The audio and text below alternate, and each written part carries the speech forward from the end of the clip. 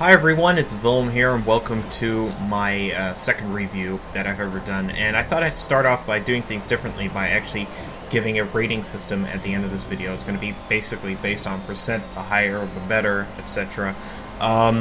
So today's review is basically Project Cars, a game that I have been actually looking forward to for a very, very long time. Project Cars is a game that's sort of been compared to a lot of people as the new big racing sim that everyone has been looking forward to for the last few years. And whilst that may be mainly true after playing that for a couple of hours, the results do show that there are flaws with it, but still it's a phenomenally great racing game.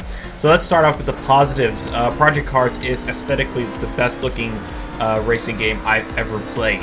Hands down, Forza and Gran Turismo don't even come close. The video game is absolutely stunning. You can see leaves going across the track, tire rubble, and the rain in particular is a particular highlight as well, and it's extremely terrifying, especially with F-Mod being used with the sound where you can hear the wind direction and sound in your headphones bouncing off the car.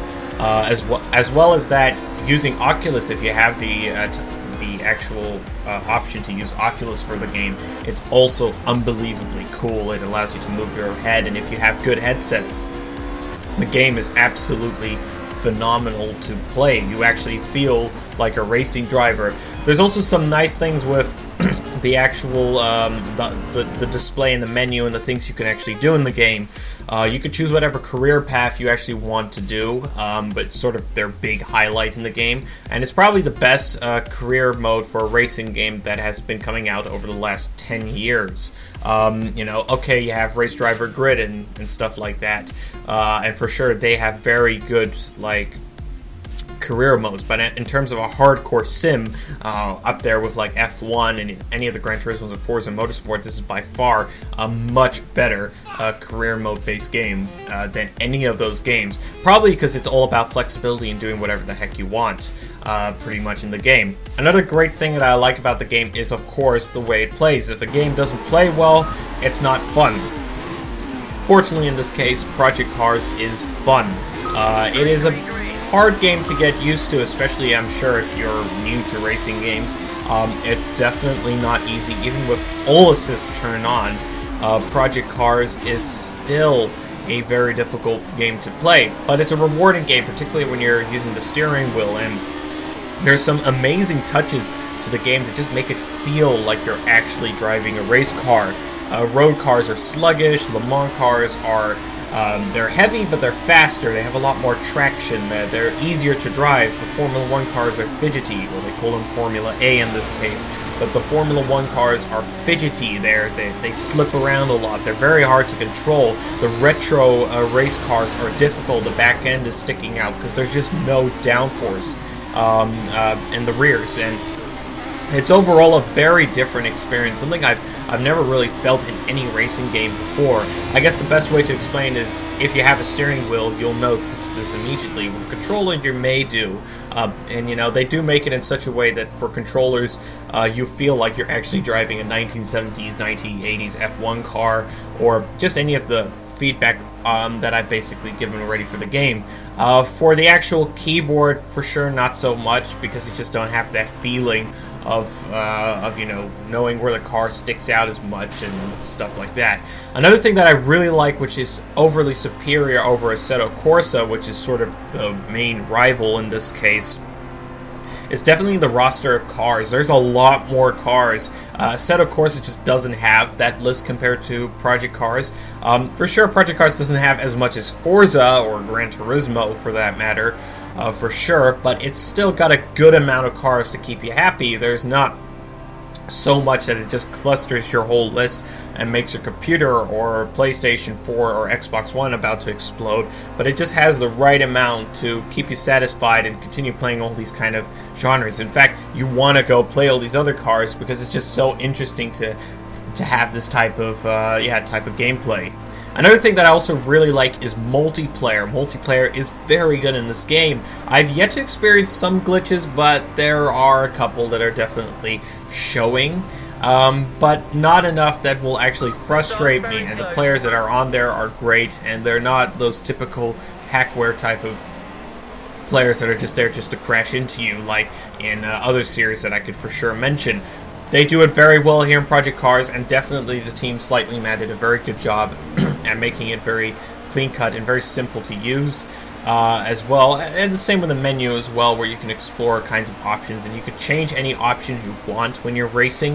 You can change the AI difficulty to a percentage level, which is something you only see really in R Factor. But for a AAA title to actually do this, I think it's wonderful, and I encourage more racing games to actually do this, just because it is very good. Now to the more negative side, Project Cars is buggy.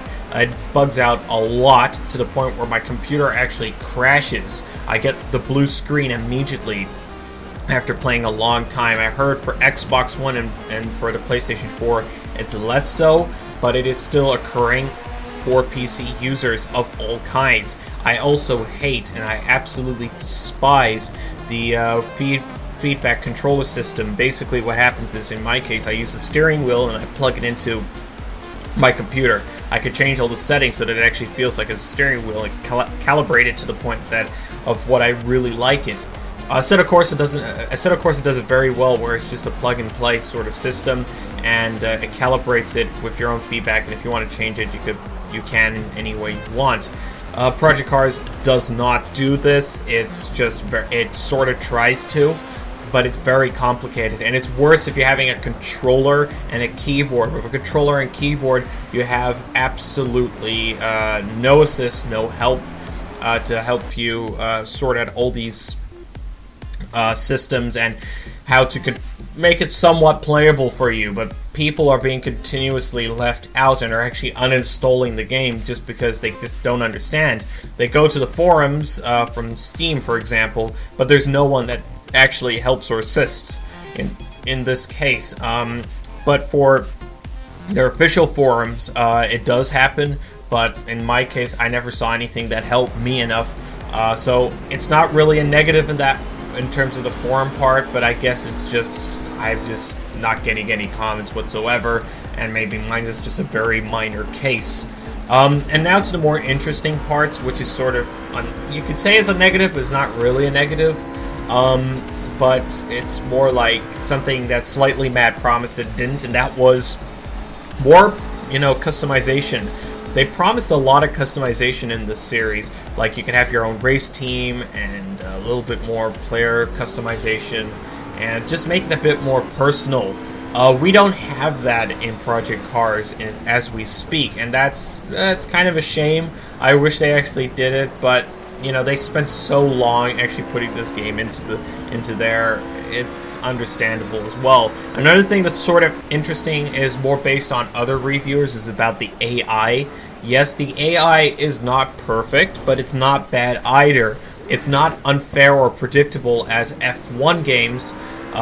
It's also, not as good as Forza Motorsport or Gran Turismo. It's sort of bigger brother, but it's definitely better than Assetto Corsa, which I still think has one of the worst AI I've seen at least in a racing game so far. But then again, they've gone through a lot of updates, but initial release, definitely, they were nowhere near the level that Project Cars was. The AI is still pretty good and pretty competitive, and like I said, when you tweak those options, it's quite an amazing game to play.